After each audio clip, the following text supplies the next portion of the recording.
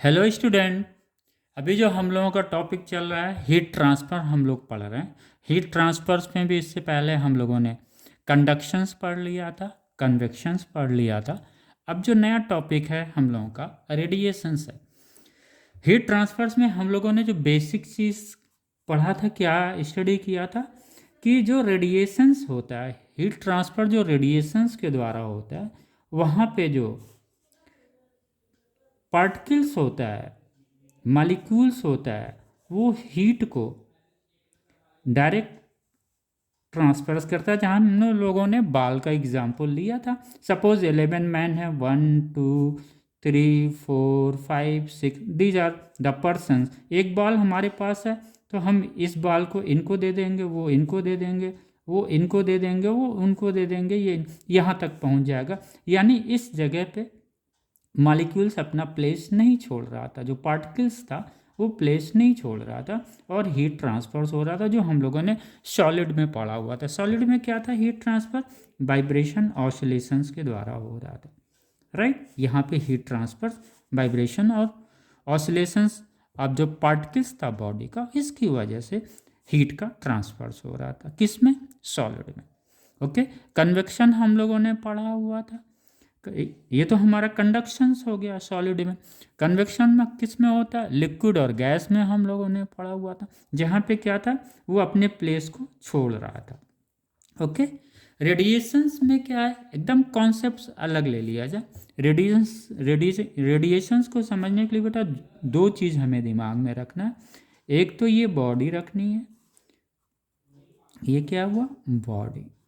दूसरा हमें जो ध्यान में रखना है वो सेकंड रखना है। First is this, second one is the radiation. अगर हम इस दो चीज़ को दिमाग में लेके समझेंगे थर्मल रेडिएशंस, तो हमारे लिए आसान हो जाएगा। ओके। उस बॉडी में क्या है बेटा, जैसे यहाँ पे क्या था, ऑसिलेशन और वाइब्रेशंस के द्वारा हीट ट्रांसफर हो रहा था, जिसको हम लोग कंडक्शंस कह रहे थे, जो सॉलिड में था। यहाँ पे भी बॉडी में क्या होता है, आगे तो हम ये देखें कि रेडिएशंस का कॉज क्या है, ये रेडिएशंस है क्या। ओके बेटा। क्योंकि थर्मल रेडिएशंस मतलब सिंपल हीट रेडिएशंस कह सकते हैं। Thermal means heat. Okay. Heat के द्वारा जो रेडिएशंस होता है, इसे हम समझेंगे। Radiation is a what?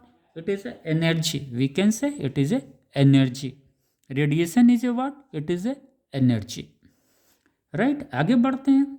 Thermal means heat, radiations means energy. मोटा मोटा इसको इस तरह से हम समझते हैं। है क्या बेटा? अब ये देखते हैं कि रेडिएशंस कैसे, कहाँ से आता है, what is the cause of the radiations. Okay. हमने बेटा कोई बॉडी ले लिया है, उस बॉडी के अंदर क्या है, उस बॉडी में क्या है, पार्टिकल्स हैं। और अगर पार्टिकल्स हैं तो क्या होगा? एटम्स होंगे। अगर एटम्स हैं तो मॉलिक्यूल्स होगा, मॉलिक्यूल्स है तो एटम्स होगा। अगर वो है तो फिर क्या होगा बेटा? इलेक्ट्रॉन और प्रोटॉन भी होगा। यानी बॉडी क्या होगी? ओवरऑल चार्ज्ड होगा। क्या होगा? चार्ज्ड होगा। एटम भी क्या होता है? इलेक्ट्रॉन प्रोटॉन होते हैं, उसमें क्या है? चार्ज पार्टिकल है। यानी हम वो होल एटम को क्या बोल सकते हैं? Charge particle. होल मॉलिक्यूल्स को हम क्या बोल सकते हैं? Charged molecule. और इस तरह से चूंकि चार्ज है उसके अंदर, तो बॉडी को भी हम क्या बोल सकते हैं? चार्ज बॉडी बोल सकते हैं। ओके। आइए बेटा, लेकिन ये जो एनर्जी इमिट होती है बॉडी से या किसी सब्सटेंस से, उसका कॉज क्या होता है? कॉज को हम लोग समझें। कॉज ये होता है बेटा सिंपल, यहाँ पे भी अगर हम सॉलिड को एक एग्जाम्पल लेके चलते हैं, जहाँ से हीट रेडिएशंस की हम लोग स्टडी कर रहे हैं, उस सॉलिड को हम लोग लेते हैं। सॉलिड से ही रेडिएशंस मैक्सिमम इमिट होता है बेटा। ओके। तो हम सॉलिड को ही स्टडी मानते हैं। अब बेटा सॉलिड में भी क्या है, सेम चीज़ जो हम लोगों ने कंडक्शंस में पढ़ा हुआ था। उसकी जो चार्ज पार्टिकल्स हैं वो क्या करते हैं? अपनी जगह पे रह के ऑसिलेशंस करते हैं इस तरह से, या वाइब्रेशंस करते हैं। ठीक, वाइब्रेट करता है या ऑसिलेट करता है, यही होता है। यानी ये जो पार्टिकल्स हैं जो बॉडी के अंदर हैं, this is in the form of electron, proton, atom and molecules. अगर मॉलिक्यूल्स वाइब्रेट कर रहा है इसका मतलब चार्ज मूव कर रहा है। अगर मॉलिक्यूल्स ऑसिलेट कर रहा है उसका मतलब चार्ज मूव कर रहा है। अगर होल बॉडी मूव कर रही है इसका मतलब बॉडी के अंदर जितने भी पार्टिकल्स हैं वो सब चार्ज पार्टिकल्स है, उसका मतलब वो चार्ज मूव कर रहा है। जहां मोशंस हो रहा है उस मोशंस के साथ में कौन मूव कर रहा है बेटा? चार्ज मूव कर रहा है। ओके, मैं चार्ज की बात इसलिए कर रहा हूँ, रेडिएशंस को समझने के लिए ये ज़रूरी है बेटा। पहले की आगे तो हम समझें कि कॉज क्या है। राइट, तो हम कॉज को समझने की कोशिश कर रहे हैं कि रेडिएशंस का कॉज क्या है, ये जो एनर्जी है उसका कॉज क्या है। तो बॉडी के अंदर क्या है बेटा? ये जो मॉलिक्यूल्स, जो पार्टिकल्स हैं सॉलिड के अंदर, वो अपने प्लेस को नहीं छोड़ते। They are not living their place, they are remaining at their place but moving, but in motion. Which types of the motions? Oscillations or vibratory motions. Okay, किसी भी टेम्परेचर पे है तो ये ऑसिलेशंस और वाइब्रेशंस मोशंस करते हैं। और जब ये वाइब्रेशनल और ऑसिलेशंस मोशंस करते हैं इसका मतलब चार्ज मूव करता है। उसका मतलब चार्ज क्या है? मोशंस में है। मैक्सवेल ने क्या बोला था? मैक्सवेल ने यही बोला था कि every moving charge particles are every charge particle in motion और every accelerating charge particle emits the energy. इसी एनर्जी को हम क्या बोलते थे? इलेक्ट्रोमैग्नेटिक वेव्स बोलते थे। अगर हम मैक्सवेल्स के थ्योरी के हिसाब से चलते हैं तो ये क्या बोलते हैं? Every moving charge particles, every moving charge, फिर से रिपीट कर रहा हूँ, every moving charge particle motion में भी oscillatory, vibratory, rotational, translational, whatever is to be, it can be, but here in the solid the motion is two. One is the vibrational and or so called the oscillatory motions. Okay. हम क्यों बेटा electromagnetic waves की तरफ क्यों हम जाना चाह रहे हैं? वहीं से हमें रेडिएशंस का कॉन्सेप्ट मिलता चला जाएगा। राइट, तो मैक्सवेल्स को हम लोग क्यों याद कर रहे हैं? क्योंकि मैक्सवेल्स का जो वेव थ्योरी था बेटा, ये जो मैक्सवेल का उनका जो वेव थ्योरी था, वो वेव थ्योरी क्या था? इन्होंने इलेक्ट्रोमैग्नेटिक वेव्स को डिफाइन किया। Waves is what? It is a radiations, rays, it is a radiations. Maxwell wave theory क्या कहती है?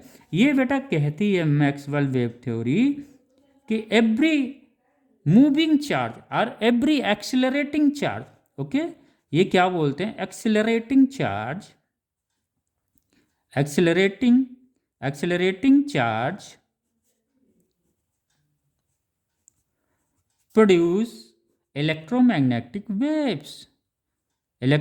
Produce electromagnetic waves. Electromagnetic waves. हम लोग जब वेव्स पढ़ेंगे तो इसको हम लोग डिटेल से पढ़ेंगे उस लॉ को। Accelerating charge produce electromagnetic waves, इसी को हम इलेक्ट्रोमैग्नेटिक रेडिएशंस भी बोलेंगे। इस इलेक्ट्रोमैग्नेटिक वेव्स को हम क्या बोलेंगे?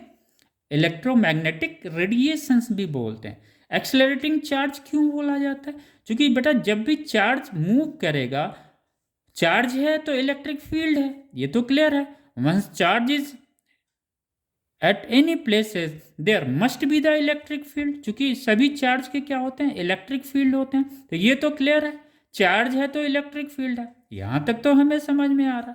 लेकिन ये इलेक्ट्रिक फील्ड तो है, आखिर हम इसे इलेक्ट्रोमैग्नेटिक वेव्स क्यों बोलते हैं? Because of this charge. अगर चार्ज नहीं रहेगा तो फिर इलेक्ट्रिक फील्ड नहीं होगा, जब इलेक्ट्रिक फील्ड नहीं होगा तो फिर हम इसे इलेक्ट्रो नहीं बोलेंगे। ओके, अब आइए बेटा, अगर स्टैटिक चार्ज है तब पर भी इलेक्ट्रिक फील्ड है, लेकिन हमें क्या देखना है? मैग्नेटिक फील्ड देखना। यानी अगर चार्ज मूव करेगा बेटा, अगर वो चार्ज मूव करेगा तो चार्ज के मोशन से क्या होता है? करंट प्रोड्यूस होता है। चार्ज के मौत, अगर once the charge is moving then what will happen, there must be the current. अगर करंट है तो बेटा फिर क्या होगा, मैग्नेटिक फील्ड प्रोड्यूस करेगा। कौन सा, करंट। ओके, करंट क्या करेगा फिर, मैग्नेटिक फील्ड प्रोड्यूस करेगा। या फिर हम उल्टा चलते हैं, अगर मैग्नेटिक फील्ड है तो मैग्नेटिक फील्ड क्या करेगा, वो इंड्यूस इलेक्ट्रिक करंट पैदा करेगा, जिससे क्या होगा, इलेक्ट्रिक फील्ड पैदा। यानी दोनों चीज को हम इस तरह से समझें, अगर चार्ज मूव कर रहा है, एक्सेलरेट कर रहा है, तो ये क्या कर रहा, करंट को इंड्यूस कर रहा है। एक्सेलरेटिंग चार्ज क्यों बोल रहे हैं, यूनिफॉर्म चार्ज नहीं बेटा, हम क्या बोल रहे हैं, एक्सेलरेट चार्ज का जो मोशन है यूनिफॉर्म नहीं। अगर यूनिफॉर्म होगा बेटा तो फिर इलेक्ट्रिक फील्ड तो रहेगा, करंट भी प्रोड्यूस होगा, लेकिन वो करंट मैग्नेटिक फील्ड प्रोड्यूस नहीं करेगा। या फिर चलिए, अच्छा फिर से हम इसको समझते हैं बेटा। हमने क्या बोला, एक्सेलरेटिंग चार्ज। एक्सेलरेटिंग चार्ज का मतलब क्या हुआ, there will be the change in the current. अगर चेंज इन द करंट है तो करंट भी क्या करता है बेटा, मैग्नेटिक फील्ड प्रोड्यूस करता है। और मैग्नेटिक फील्ड भी क्या होता है, इलेक्ट्रिक फील्ड प्रोड्यूस करता है। तो हम सिंपल इलेक्ट्रोमैग्नेटिक वेव्स को इस तरह से समझ लें। हटाइए, मैक्सवेल्स वेव थ्योरी समझ में आया। इन्होंने क्या बोला, every accelerating charge produce electromagnetic waves या electromagnetic rays. Accelerating charge, if the charge is moving it produce the current and because of this current magnetic field produce। Okay, तभी हम इसको बेटा इलेक्ट्रोमैग्नेटिक वेव्स बोलते हैं। एक्सेलरेटिंग चार्ज ही जो है वो इलेक्ट्रोमैग्नेटिक वेव्स को कॉज करता है। क्लियर हो गया, इलेक्ट्रो वर्ड क्लियर हो गया। मैग्नेटिक क्यों बोलते हैं, क्योंकि चार्ज जब मूव करेगा तो वो क्या करेगा, करंट प्रोड्यूस करेगा, और जब करंट प्रोड्यूस होगा तो करंट क्या करेगा, मैग्नेटिक फील्ड प्रोड्यूस करेगा।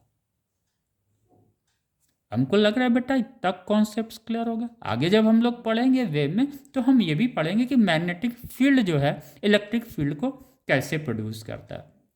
ओके बेटा, जब हम लोग कैपेसिटर पढ़ेंगे ना, जैसे यहाँ पे प्लस चार्ज है, माइनस चार्ज है, अब हम लोग जब कैपेसिटर पढ़ेंगे तो इनके बीच में कैसे इंड्यूस होता है मैग्नेटिक फील्ड, इसके बारे में हम लोग स्टडी करेंगे, जिसकी वजह से यहाँ पे इंड्यूस मैग्नेटिक फील्ड प्रोड्यूस कैसे होता है वो हम लोग स्टडी करेंगे।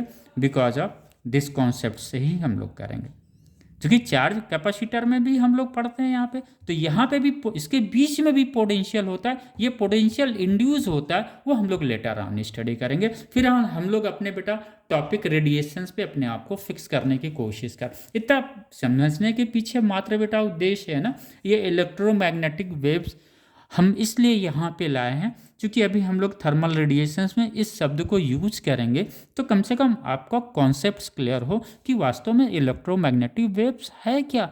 अगर इलेक्ट्रोमैग्नेटिक वेव्स को समझना है तो हमें सिर्फ सिंपल मैक्सवेल वेव थ्योरी पे जाना है, राइट बेटा। बाद में फिर क्वांटम थ्योरी पे भी हम समझेंगे, लेकिन अभी यहाँ पे हम मैक्सवेल्स के थ्योरी पे हम लोग चल रहे हैं। ओके, क्वांटम थ्योरी में भी हम लोग फिर समझेंगे इलेक्ट्रोमैग्नेटिक वेव्स कैसे बिहेव करता है। क्वांटम थ्योरी क्या होता है बेटा, सिंपल है। क्वांटम मतलब क्या हो गया, मिनिमम हो गया। क्या हुआ, क्वांटम मीन्स क्या हो गया, मिनिमम हो गया। वो मिनिमम किसकी बात कर रहे हैं, एनर्जी की बात कर रहे हैं। वो किसकी है, फोटॉन की है। यानी 1 फोटॉन की जो एनर्जी होती है वो मिनिमम होती है, जिसे हम Hn कर देते हैं। n is the frequency, h is the Planck constant, it is the energy of 1 photon।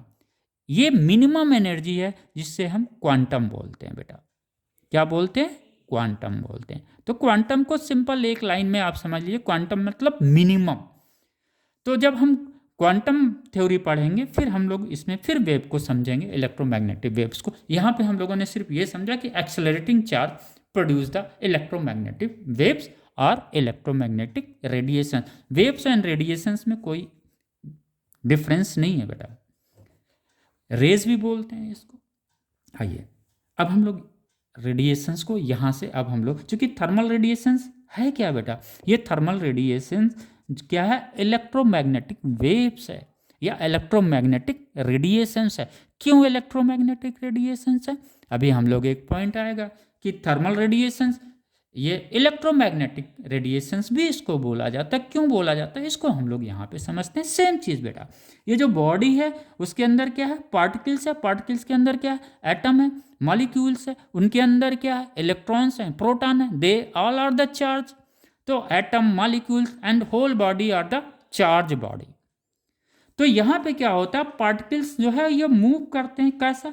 Oscillatory या वाइब्रेटरी मोशंस में होते हैं, क्योंकि उनके मोशंस चेंज हो रहे हैं। ओके, ये मोशंस चेंज हो रहे हैं। अगर हम टेम्परेचर बढ़ाएंगे तो और उसका मोशंस इंक्रीज करेगा, इसकी काइनेटिक एनर्जी इंक्रीज कर जाएगी। यहाँ पे जो काइनेटिक एनर्जी हम लोग बात करेंगे बेटा, वाइब्रेशनल और ऑसिलेटरी काइनेटिक एनर्जी की बात हम करेंगे। क्लियर हो गया? तो ये चार्ज क्या है? मूव कर रहा है।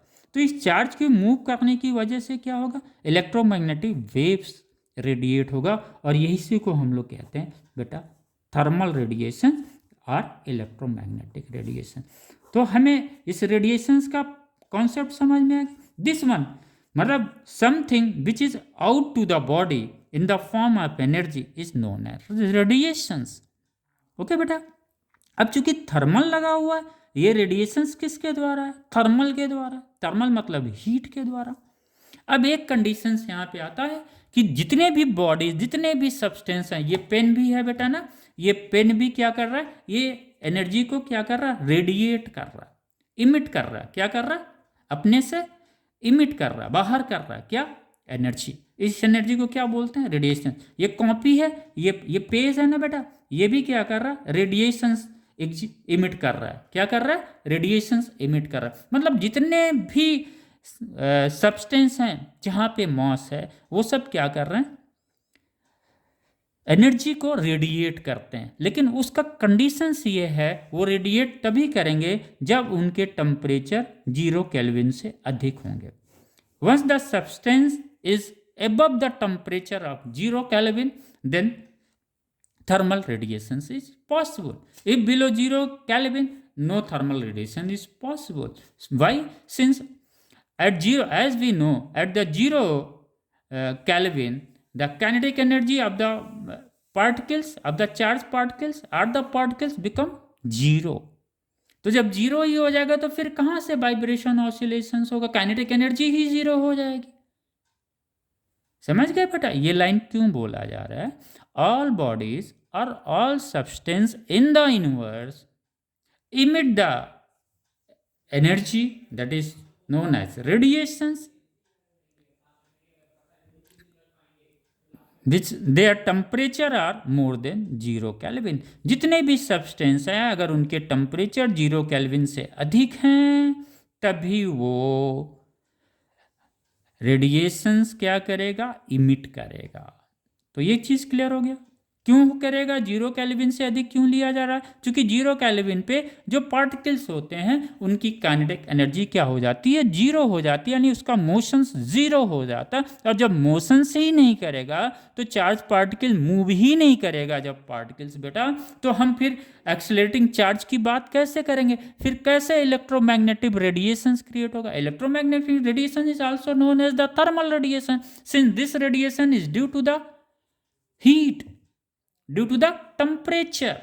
ये रेडिएशन किसकी वजह से हो रहा है बेटा? बॉडी के टेम्परेचर की वजह से हो रहा है।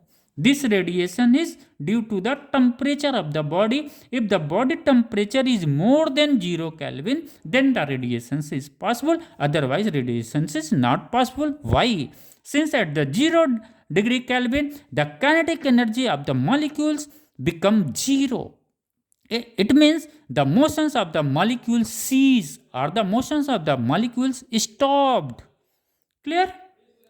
It means for the radiation there must be the motions. For the electromagnetic radiation or for the thermal radiation, both are the same. Thermal radiations and electromagnetic radiation, there are no difference between the thermal radiation and electromagnetic radiation. और इसको thermal radiations जो है क्या है? वो भी wave है। Electromagnetic radiations क्या है? ये भी वेव है। Both are the same. कोई कंफ्यूजन तो नहीं है बच्चों? नहीं।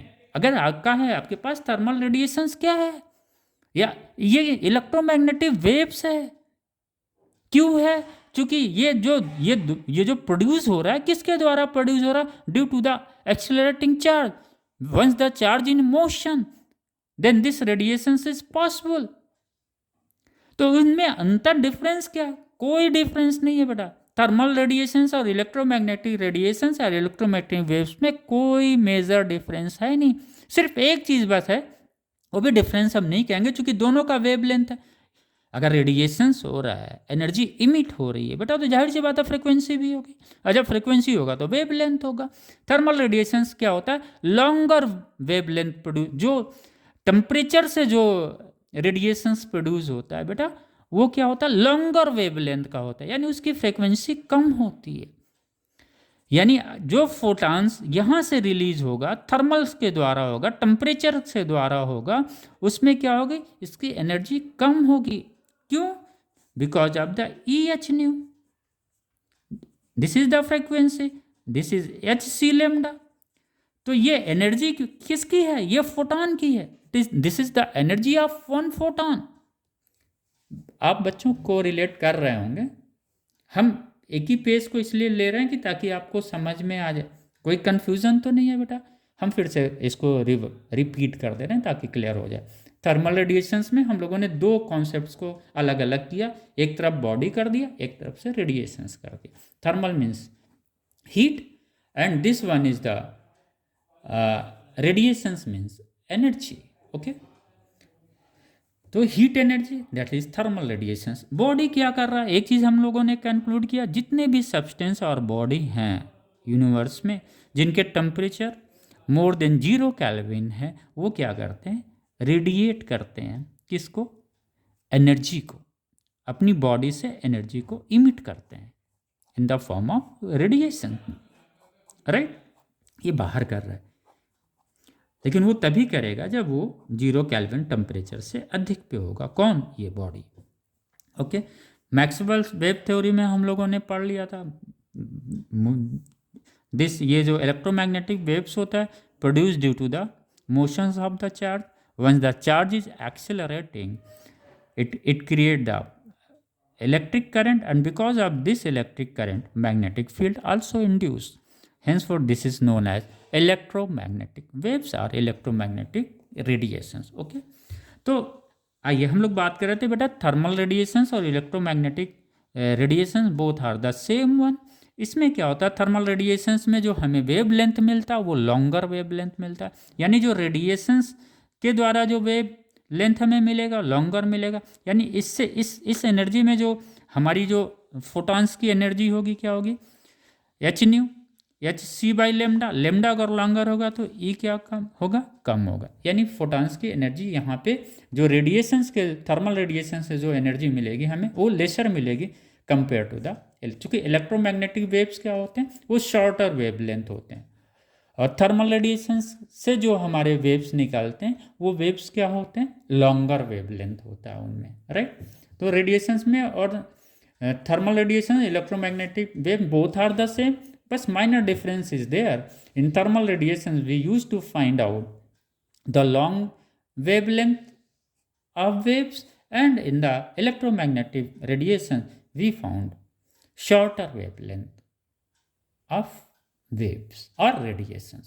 क्लियर हो गया? आई इस पार्ट को हम लोगों ने क्लियर कर लिया बेटा। This one thermal radiations portions हम लोगों ने समझा। बॉडी, आइए बेटा अब यहाँ से शुरू करते हैं। ये कोई बॉडी है, वो यहाँ से रेडिएट करती है। तो रेडिएशंस, आई होप बेटा this words is clear. This is a energy that is produced by accelerating charge, right? ये बॉडी है बेटा कोई, ये बॉडी क्या कर रही है? इमिट कर रही है। क्या चीज़? एनर्जी इमिट कर रही है। इस एनर्जी को हम लोग क्या बोल सकते हैं? रेडिएशंस बोल सकते हैं, या रेडिएंट एनर्जी बोल सकते हैं, या थर्मल एनर्जी बोल सकते हैं, या हीट एनर्जी बोल सकते हैं। तभी देखिए जब सन हमारे स्किन पे पड़ता है तो ये सेंसेशन हमें क्या होता है? स्किन पे वार्मथ देता है, गर्मी प्रदान करता है। सेंसेशन हमें गर्म का होता है। क्यों? क्योंकि ये जो सन से जो हमारे पास हीट आ रहा है वो हमारी स्किन पे जब पड़ रहा है तो हमें वार्मथ का सेंसेशन होता है, राइट।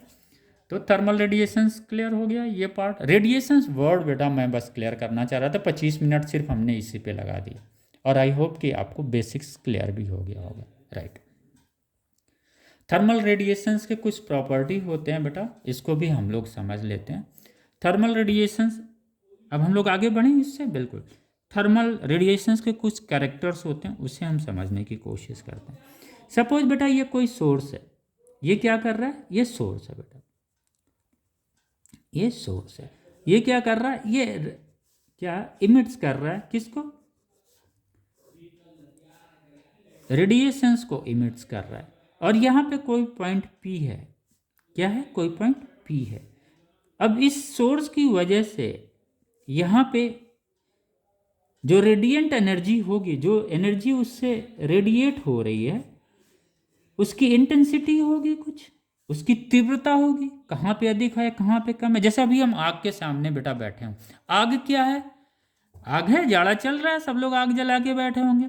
आग क्या है बेटा, एक सपोज ये बॉडी है, उस टेम्परेचर टी पे उसका टेम्परेचर बढ़ रहा है। ये जब टेम्परेचर उसका बढ़ रहा है तो इसका हीट बेटा बढ़ता है, तो क्या होगा, उसका टेम्परेचर, सपोज लकड़ी है, उसको हम लोगों ने जला दिया, राइट। अब ये लकड़ी जब हमने जलाया, जब हम इसके पास बैठे हैं बेटा, तो अधिक गर्मी हमें महसूस हो रही है, क्योंकि रेडिएशंस का फॉल्स क्या हो रहा है, अधिक हो रहा है। लेकिन जैसे जैसे हम दूर चले जाते हैं आग से, हमें फिर उसकी वार्मथ का सेंसेशन, गर्म होने का सेंसेशन कम होने लगता है। क्यों, क्योंकि इसकी जो इंटेंसिटी होती है बेटा, ये I is inversely proportional to 1/r²। अगर ये सोर्स है और मैं यहाँ पे मैन हूँ, आदमी हूँ, ये r डिस्टेंस पे हूँ, तो ये बेटा क्या हो रहा है, इतना मुझे इंटेंसिटी मिल रही, किसकी, रेडिएशंस की। जैसे यहाँ पे हमने आग जलाया, लकड़ी है, लकड़ी से क्या हुआ, रेडिएशंस रिलीज हुआ, रेडिएशंस रिलीज हो रहा है। अगर मेरी ये डिस्टेंस यहाँ पे है तो ये इंटेंसिटी हमको यहाँ पे अधिक वार्म लगेगा, यहाँ थोड़ी दूरी पे आए तो कम हुआ, और थोड़ी दूरी पे आए तो मुझे वो जो सेंसेशन वार्मथ का था वो कम होने लगा। क्यों, क्योंकि हम ये कह सकते हैं कि जो थर्मल रेडिएशंस है वो इनवर्स स्क्वायर लॉ को फॉलो करता है। बहुत की पॉइंट है बेटा, इसके बेसिक करेक्टर का की पॉइंट है, उस पर न्यूमेरिकल्स बनते हैं और आते भी हैं न्यूमेरिकल बेटा, ओके। तो इंटेंसिटी जो थर्मल रेडिएशंस होता है, पहला पॉइंट आ गया बेसिक करेक्टर में, कि वो जो है इसकी इंटेंसिटी जो है इनवर्स स्क्वायर लॉ को फॉलो करती है। ये क्या बोल रहा है, ये बोल रहा है the intensity of the radiations emitted by the source is inversely proportional to the square of distance between the source and the point where intensity likely to measure. Okay, it means intensity is inversely proportional to 1/r², inversely proportional to the r²। Okay बेटा, clear हो गया। अगर distance 2 metre बढ़ेंगे तो intensity क्या होगा, 4 down करेगा। अगर 6 है, इसी के इसमें अगर कोई है यहाँ पे बेटा R1 डिस्टेंस पे है, यहाँ पे R2 डिस्टेंस, R1 डिस्टेंस पे है तो बेटा इसकी इंटेंसिटी क्या होगी, 1/r²।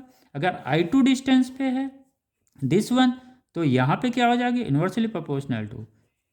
अगर इसका कंपेरिजन किया जाएगा, क्वेश्चंस में आएगा, तो I1/I2 क्या हो जाएगा बेटा, R2²/R1²। ओके, तो इंटेंसिटी का कंपेरिजन, इस तरह से सवाल आते हैं बेटा, कंपटीशंस में ये सवाल पूछे जाते हैं, और इन पर इंटर लेवल पे भी ये सवाल पूछा जाता है। यानी ये क्लियर हुआ हमारा बेटा कि इनवर्स स्क्वायर्स लॉ को फॉलो करता है। और क्या क्या है रेडिएशंस में, इसको भी हम लोग समझ लें। ये जो रेडिएशंस होता है बेटा, ये क्या है, इलेक्ट्रोमैग्नेटिक वेव्स है। तो इसके लिए क्या हो, इसको आगे बढ़ने के लिए क्या चाहिए, मीडियम की आवश्यकता नहीं है, there is no need of medium, it can move in a vacuum also. तो ये पहला हुआ। दूसरा क्या करेक्टर है, सेम बेटा जो हमारा लाइट का करेक्टर, लाइट हम लोगों ने क्या पढ़ा है, लाइट हम लोगों ने क्या पढ़ा, light is a electromagnetic wave. तो लाइट क्या, स्ट्रेट लाइन मूव करता है। ये भी क्या है, थर्मल रेडिएशंस भी क्या है, क्योंकि लाइट इज ए क्या, electromagnetic wave. Thermal radiation is a what, it is electromagnetic wave. तो नेचर क्या होगा, सेम होगा।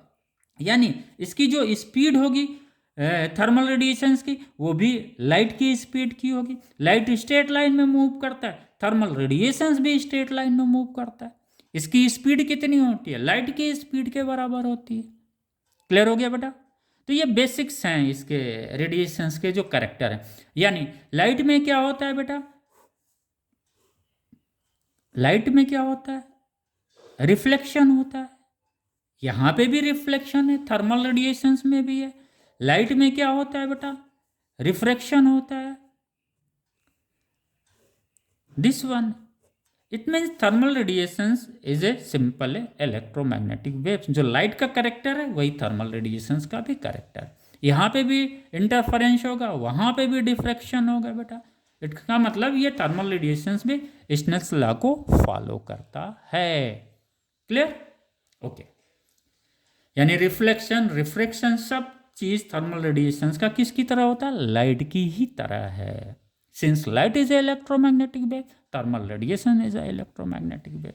तो ये बेटा कुछ इसके बेसिक्स कैरेक्टर्स होते जिसे आप लोग जरूर रिकॉल करिएगा, क्योंकि बिना इसके रिकॉल किए फिर रेडिएशंस में मज़ा नहीं आएगा। तो बेसिक चीज़ हम लोग बेटा समझ गए। आइए एक चीज़ और हम लोग समझने की कोशिश करते हैं, फिर हम लोग नोट अपना आप बना लीजिएगा ज़रूर। इसको मैं फिर से कंप्लीट रिपीट करूँगा ताकि आपके नोट बनाने में कोई दिक्कत ना हो। ओके, तो बेटा इसके हम लोग नेचर्स को समझ गए हैं। इलेक्ट्रोमैग्नेटिक वेव्स है, स्ट्रेट लाइन मूव करता है, इसकी स्पीड जो है लाइट के स्पीड्स के बराबर होती है। और ये क्या करता है बेटा? स्क्वायर्स लॉ को फॉलो करता है, रिफ्लेक्टेड रिफ्रैक्शंस को भी फॉलो करता है, interference, diffraction and polarisation characters भी थर्मल रेडिएशन शो करता है।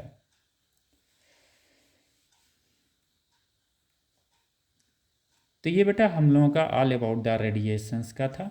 अब थोड़ा सा उससे हम आगे बढ़ें, आप कहें तो आगे बढ़ें, बिल्कुल आगे बढ़ा जाए। आइए अभी हम बेटा नोट कराएंगे, बस 5 मिनट के अंदर थोड़ा सा एक पॉइंट्स और इसको क्लियर कर लें। उसके बाद जितने भी टॉपिक्स हम लोगों ने डिस्कस किए मैं बोलता जाऊंगा, आप लोग नोट करते चले जाइएगा।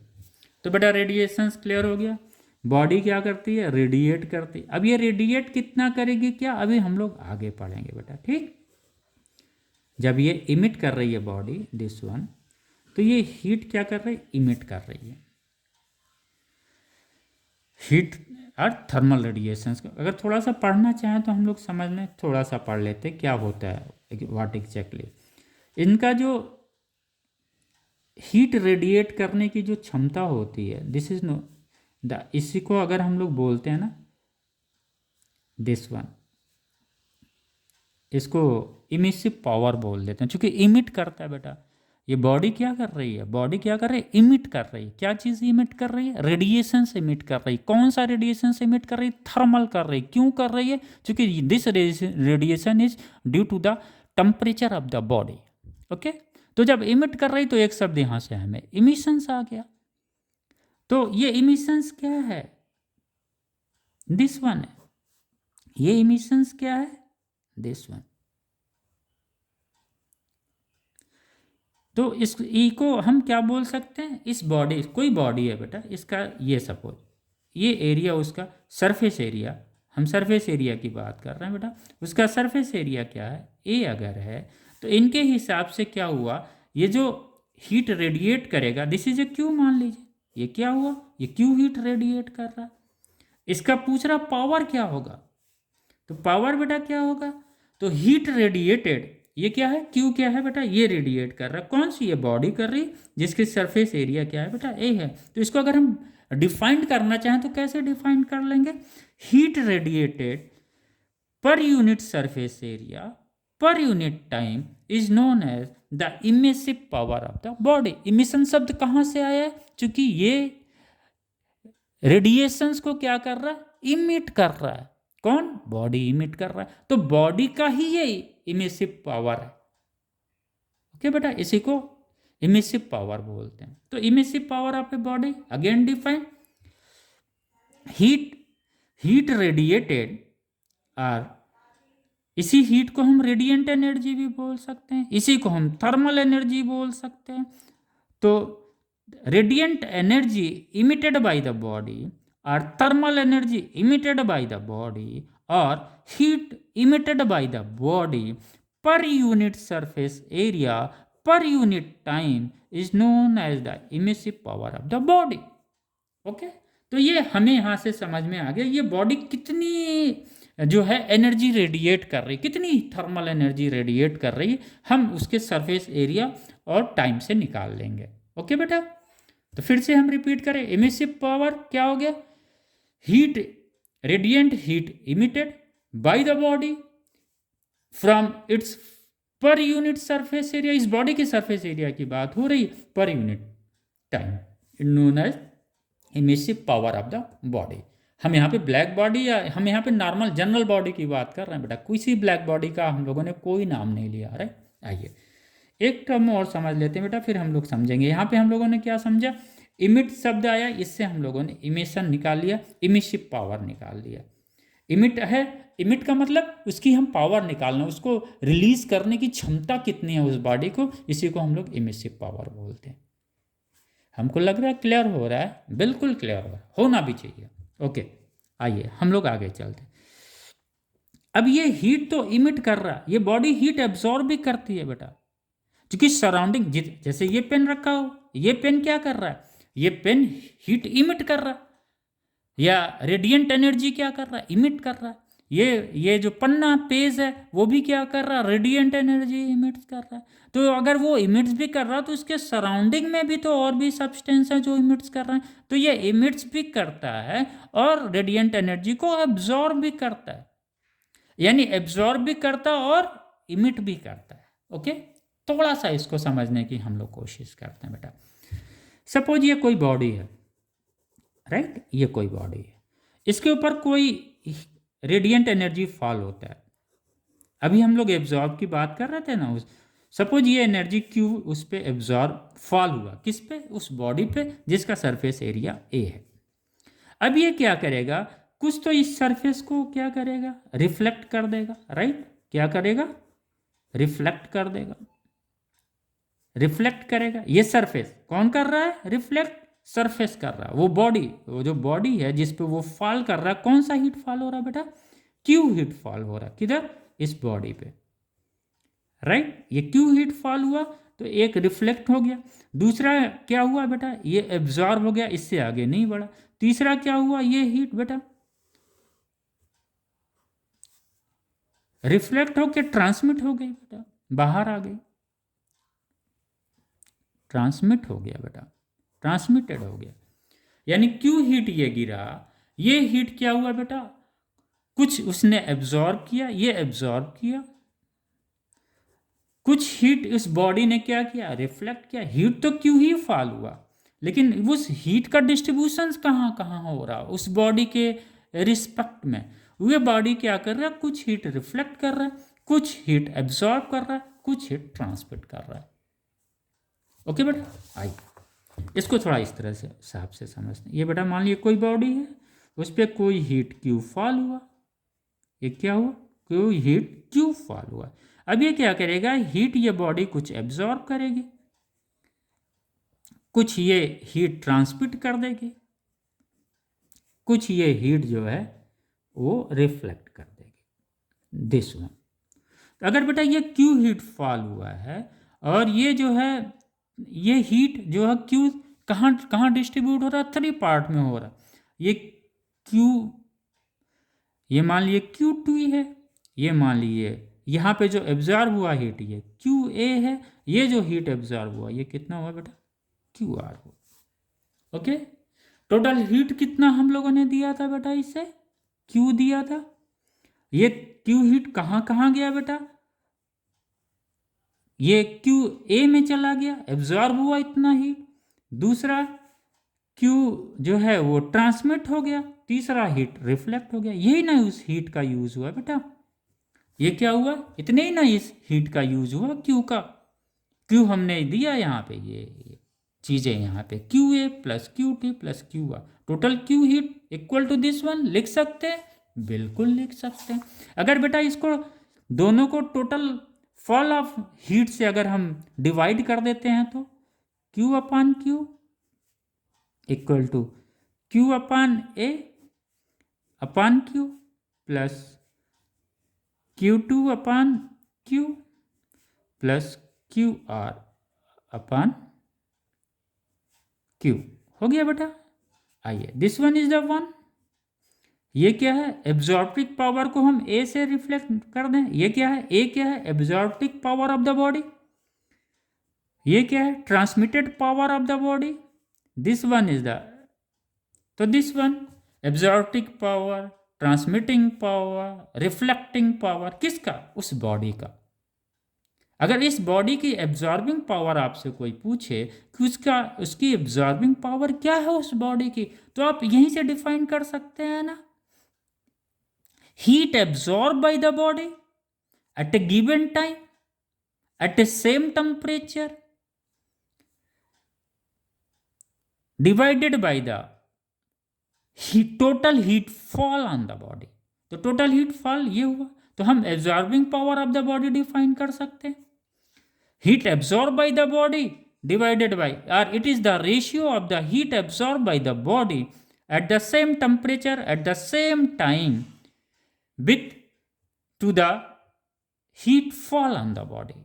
It means absorptive power is clear. It is the ratio of the heat absorbed by the body to the heat fall on the body. Same thing.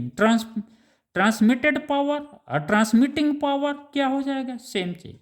Heat transmitted by the body, ratio of heat transmitted by the body to the total heat fall on the body.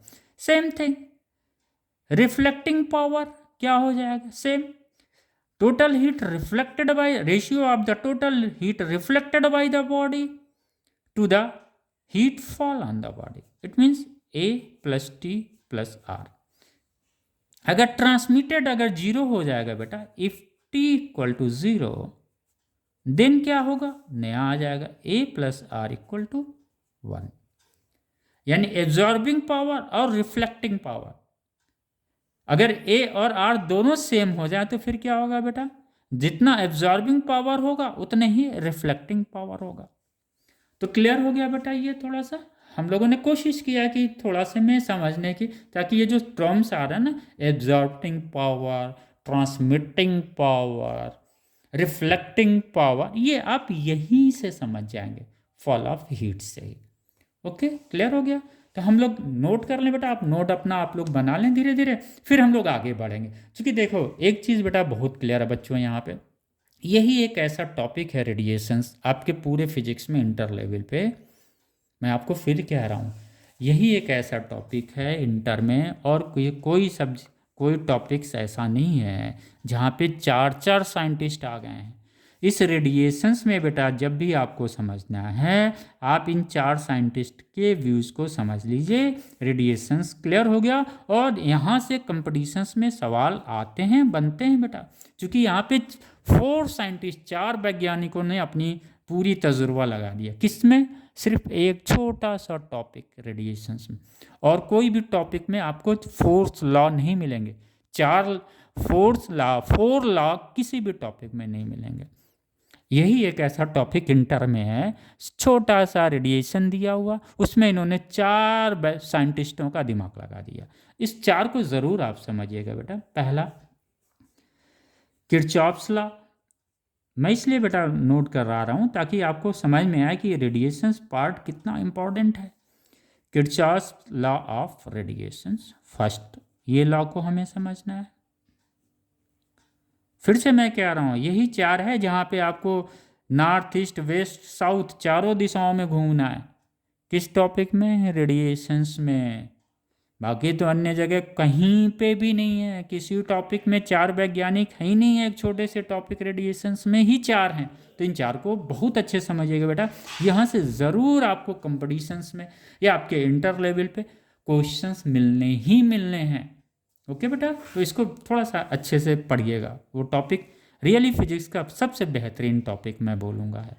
Kirchhoff's law of radiations हो गया, Newton's law of cooling हो गया, Newton's law of cooling,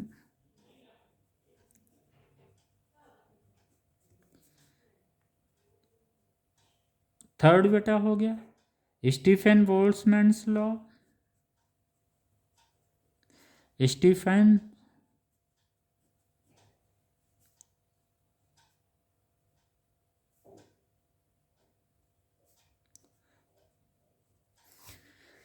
Kirchhoff's law of radiations हो गया बेटा, Newton's law of cooling हो गया, Stefan Boltzmann's law हो गया बेटा।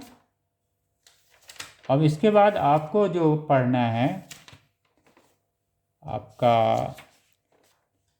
किरचॉफ्स और न्यूटन्स लॉ ऑफ कूलिंग। इसके बाद हम लोग बेटा शुरू करेंगे, यही सब टॉपिक हम लोगों को पढ़ना ही है। इसके बाद डिटेल्स में हम लोग जाएंगे आगे। हमारी कोशिश यही रही कि आगे हम लोग जो है टोटल बेटा आगे हम लोग क्लियर कर लें कि ये रेडिएशंस है कि अगर रेडिएशंस के कॉन्सेप्ट्स क्लियर हैं, इस क्यू को भी आप ज़रूर समझ लीजिएगा, फॉल ऑफ हीट क्या होता है, और ये क्यू को इस तरह से ही डिवाइड करिएगा। कोई याद करने की ज़रूरत नहीं है बेटा कि आप एब्जॉर्प्टिक पावर याद करें, ट्रांसमिटिंग पावर याद करें, रिफ्लेक्टिंग पावर याद करें। अगर क्वेश्चन आता है इतना हीट फॉल हुआ, इतना एब्जॉर्ब हुआ, इसकी एब्जॉर्प्टिक पावर क्या है, तो आप इसी तरह से निकालेंगे। ओके बेटा, हम लोग बात कर रहे थे रेडिएशंस के। ये बेटा बहुत ही ज़रूरी इंपॉर्टेंट है, और ये चारों लॉ को आप ज़रूर अच्छे से प्रैक्टिस करिए।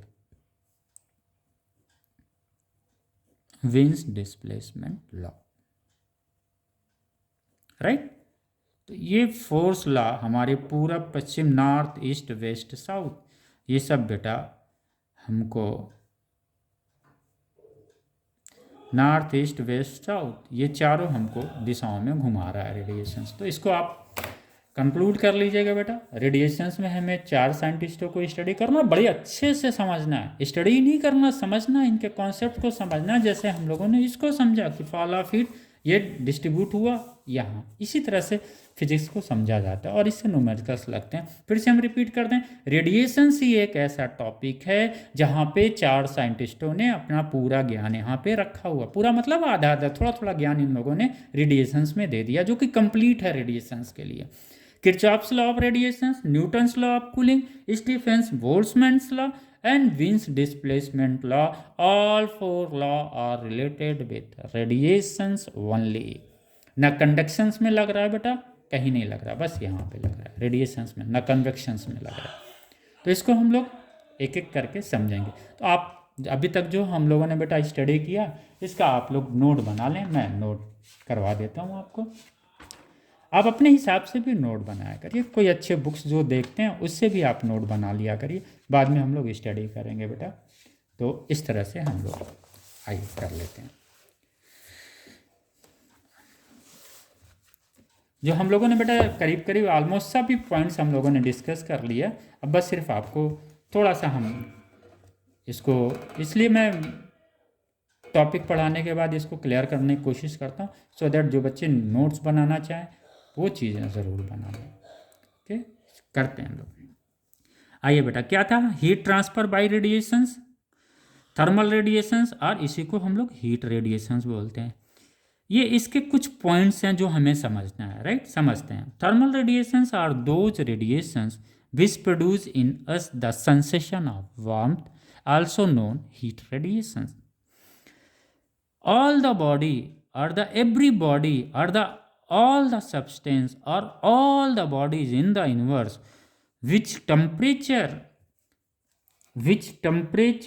is more than 0 degree Kelvin emits thermal radiations। किसके द्वारा? by virtue of its temperature। इसको जरूर बढ़ा लीजिएगा।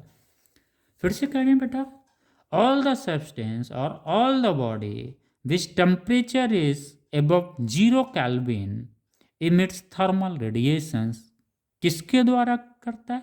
by virtue of its temperature। जो इसका स्वयं का टेम्परेचर्स होता है उसके द्वारा वो रेडिएशंस को इमिट करता है। The wavelength of thermal radiation range है उसका 1 मिलीमीटर टू 700 नैनोमीटर उसका रेंज है। लॉन्ग वेव लेंथ वो रेडिएट करता है। Thermal radiations belong to infrared region. Why? Infrared electromagnetic spectrum जब हम बनाते हैं तो जो थर्मल रेडिएशंस हमको मिलेगा, वो जो वेव लेंथ मिलेगी हमको, वो इंफ्रारेड रीजन्स की मिलेगी। क्योंकि वो क्या होता है, इंफ्रारेड रीजन्स में क्या होता है बेटा, वो लॉन्ग वेव लेंथ पाए जाते हैं। तो चूंकि थर्मल रेडिएशंस भी क्या होता है, लॉन्ग वेवलेंथ रेडिएट करता है, right, clear, of electromagnetic spectrum, जहाँ पे हम लोगों ने पढ़ा था। In terms of modern quantum theory, electromagnetic radiation is the flow of photon through the space. हम लोग अभी उसको आगे पढ़ेंगे, मॉडर्न क्वांटम थ्योरी हम लोग पढ़ेंगे। अभी तो हम लोगों ने थोड़ा सा मैक्सवेल वेव थ्योरी के बारे में हम लोगों ने जानने की कोशिश किया था, जहाँ पे हम लोगों ने स्टडी किया था इलेक्ट्रोमैग्नेटिक वेव्स कैसे प्रोड्यूस होता है, उसको मैक्सवेल्स के द्वारा जो डिराइव किया गया था, जो थॉट दी गई थी, उसके द्वारा हम लोगों ने स्टडी किया था, जहाँ पे इलेक्ट्रिक फील्ड और मैग्नेटिक फील्ड दोनों एनर्जी के फॉर्म में प्रोपागेट करते हैं, और दोनों का जो मोशंस होता है ये दोनों एक दूसरे पे परपेंडिकुलर होते हैं। Electric field and magnetic field ये दोनों एक दूसरे पे 90 डिग्री का एंगल्स बनाते हुए मूव करते हैं। ओके बेटा, तो इलेक्ट्रोमैग्नेटिक वेव से ये था। मॉडर्न क्वांटम थ्योरी में इन्होंने कुछ नहीं बोला, बस इन्होंने बोला जो इलेक्ट्रोमैग्नेटिक रेडिएशंस होता है ये फ्लो ऑफ फोटॉन है, right. Electromagnetic radiation is nothing but it is A flow of photons. किसने? क्वांटम थ्योरी में ये चीज़ बताई गई। मैक्सवेल की थ्योरी और क्वांटम थ्योरी, ये हम लोग दोनों चीज़ को समझने की कोशिश करेंगे आगे, अभी हम लोगों का टॉपिक है। Okay, thermal radiations also called infrared radiations. Why? Since its wavelength fall under the range of infrared region, that's why it is called infrared radiations. Okay, clear हो गया? अगर क्वेश्चन आता है why the thermal radiations called is infrared radiation or electromagnetic radiation, generally infrared radiation, since its wavelength is fall into the infrared regions of the electromagnetic spectrum. That's why thermal radiations is known also infrared radiations. Okay, नहीं, basic character of thermal radiation इसको आप लिख लीजिए, हम लोगों ने discuss भी किया था। Thermal radiations obey inverse square law, their intensity at a point varies inversely as the square of the distance from the source to point. Okay, this intensity one inversely proportional to the square of the distance from source to the point. Basic character में हम लोग लिख लेते हैं इसको। Thermal radiation can be reflected and refracted according to the law of reflection and refraction, यानी it mean thermal radiations follow the law of reflection and law of refraction. Okay, this third point. Okay, thermal radiations also exhibit the phenomena of interference, diffraction and polarization as do the light radiations. Since light is a what? It is again a electromagnetic waves. Thermal radiation is a what? It is a electromagnetic waves, right? Fourth, they require no medium for their propagation. That is, they can pass through vacuum too, right? Light भी के लिए भी कोई medium की ज़रूरत नहीं होती, vacuum से भी पास करता है, थर्मल रेडिएशंस भी वैक्यूम से पास करेगा। ओके बेटा, नो नीड, कोई ज़रूरी नहीं है कि मीडियम हो तभी वो प्रोपागेट करेगा। पांचवा point, they do not heat the intervening medium through which they passes, यानी जहाँ से वो पास करते हैं उनको हीट, उनमें उनके हीट को वो इंटरवेन नहीं करते हैं, राइट बेटा। दैट्स वाई तभी सन से जो हमें हीट चलती है हमारे हाथ पे या स्किन पे, धरती पे जो गिरती है, वो क्या करती है, वो बिना डिस्टर्ब इंटरविन किए हुए ही यहाँ पे आती है, अर्थ पे आती है। ओके बेटा। छठा, they travel along straight line, पढ़ा है, चूँकि स्पीड ऑफ लाइट भी स्ट्रेट लाइन में चलता है। Thermal radiation is also known as heat radiation. सातवां पॉइंट इंपॉर्टेंट है बेटा, इसको समझिएगा, चूँकि जो थर्मल रेडिएशन रेडिएट हो रहा, कहाँ से हो रहा, बॉडी कर रहा। बॉडी क्यों कर रहा? अपने टेम्परेचर की वजह से कर रहा है। तो ये चीज़ सातवां पॉइंट थोड़ा सा ध्यान से नोट करिएगा। Thermal radiations emitted by a body depends on two factor. First, the temperature of the body. अगर टेम्परेचर ऑफ द बॉडी बढ़ेगा तो क्या होगा, रेडिएंट एनर्जी बढ़ेगी। फिर क्या होगा, शॉर्टर वेवलेंथ की वेव्स रिलीज होगी, क्योंकि एनर्जी बढ़ेगा तो जाहिर सी बात है वेवलेंथ क्या हो करेगा, डिक्रीज करेगा। क्लियर हो गया बेटा। The temperature of the body, अगर बॉडी का टेम्परेचर अधिक होगा तो रेडिएंट एनर्जी अधिक रिलीज होगी। जब रेडिएंट एनर्जी अधिक रिलीज होगी, इक्वल टू क्या था, H nu, equal to H C upon lambda. फिर लेमडा क्या करेगा बेटा, डिक्रीज करेगा। Nature of radiating surface of the body, उस सरफेस बॉडी का क्या नेचर है उस पर भी डिपेंड करता है बेटा। आठवां, ये सातवां पॉइंट इंपॉर्टेंट है, राइट। इसको हम लोग ऐसे लिखते हैं। 8वां point, the only major difference between the thermal radiations and light radiation is in their wavelength, वो हम लोगों ने डिस्कस भी किया था। Thermal radiations are of longer wavelength, range दिया है 700 nanometer to 1 millimeter, whereas visible light has shorter wavelength, range 4 into 10 to the power minus 7 meter to 7.5 into 10 to the power minus 7 metre. 9th point, thermal radiations has smaller energy as compared to the visible light. Why? क्योंकि visual light का wavelength क्या होता है बेटा, shorter होता है, तो इसकी फोटॉन्स की एनर्जी, एक फोटॉन्स की एनर्जी क्या होगी, अधिक होगी। और लाइट है क्या, वो पैकेट्स हैं, पैकेट्स ऑफ एनर्जी है, discrete packet of energy, discrete packet है। ओके बेटा, तो ये क्लियर हो गया। विजुअल लाइट का जो है एनर्जी अधिक होता है, थर्मल रेडिएशंस की एनर्जी कम होती है। क्यों होती है? Because of the wavelength. Okay बेटा, आइए लास्ट हम लोगों ने अभी जो पढ़ा हुआ था बेटा, जो फॉल ऑफ हीट हम लोगों ने पढ़ा था, इसको भी हम लोग कर लें, क्योंकि फिजिक्स की मैक्सिमम टर्म्स हम लोग क्लियर करना चाहते हैं, उसमें जो शब्द आते हैं ना बेटा, वो क्लियर करना ज़रूरी है। हाँ आइए, इसी के बारे में हम लोग बेटा अभी पढ़ रहे थे ना, कि ये जो once thermal radiations fall on a body then radiations are, अगर क्यू हीट फॉल करता है तो क्या होता है, partly absorb by the body होता है, partly reflected by the body होता है, partly transmitted by the body होता है। तो हम लोगों ने एब्जॉर्बिंग पावर पढ़ लिया था, absorbing power of a body, और इसी को क्या बोलते हैं, एब्जॉर्बटेंस बोलते हैं या एब्जॉर्बिविटी बोलते हैं। एब्जॉर्बिंग पावर को भी क्या बोल सकते हैं बेटा, एब्जॉर्बिविटी। ओके, इसको ए से डिनोट करते हैं हम लोग, इसको हम लोगों ने डिफाइन कर ही लिया था, फिर से हम रिपीट कर देते हैं for your notebook. Amount of thermal radiation absorb by a body upon total amount of thermal radiation incident on A, total heat जो इंसिडेंट हो रहा इन ए गिवन टाइम। ओके, आइए, the reflecting power of a body, और इसी को reflectance बोलते हैं, the amount of thermal radiations reflected by body in A given time upon total amount of thermal radiation incident on the body in the same given time. Okay बेटा, clear हो गया। Transmitting power वो हम लोगों ने पढ़ लिया था, वो भी क्या था, amount of thermal radiation transmitted by the body upon total amount of thermal radiation incident on it. हम लोगों ने बेटा यहीं पे पढ़ा हुआ था, इसको यहीं पे टोटल डिफाइन कर लिया था, इस पोर्शन से ही डिफाइन कर लिया था बेटा। तो ये तीनों का definition, absorbing, transmitting, reflecting power, यहीं से डिफाइन करना है और कहीं याद नहीं करना बेटा वो। ओके, क्लियर हो गया। चलिए आइए नेक्स्ट हम लोग जाते हैं बेटा, यही था, इसी को हम लोगों ने यहाँ पे डिटेल्स में लिख दिया था। ये हीट फॉल हो रहा है, एब्जॉर्ब हुआ, this one Q equal to Q1 plus Q2 plus Q3 divide कर दिया गया Q से, ये हम लोगों को मिल गया। तो यहाँ तक हम लोगों का पोर्शंस क्लियर हो गया। अब हम लोग कंक्लूड कर लें, आज हम लोगों ने क्या पढ़ा।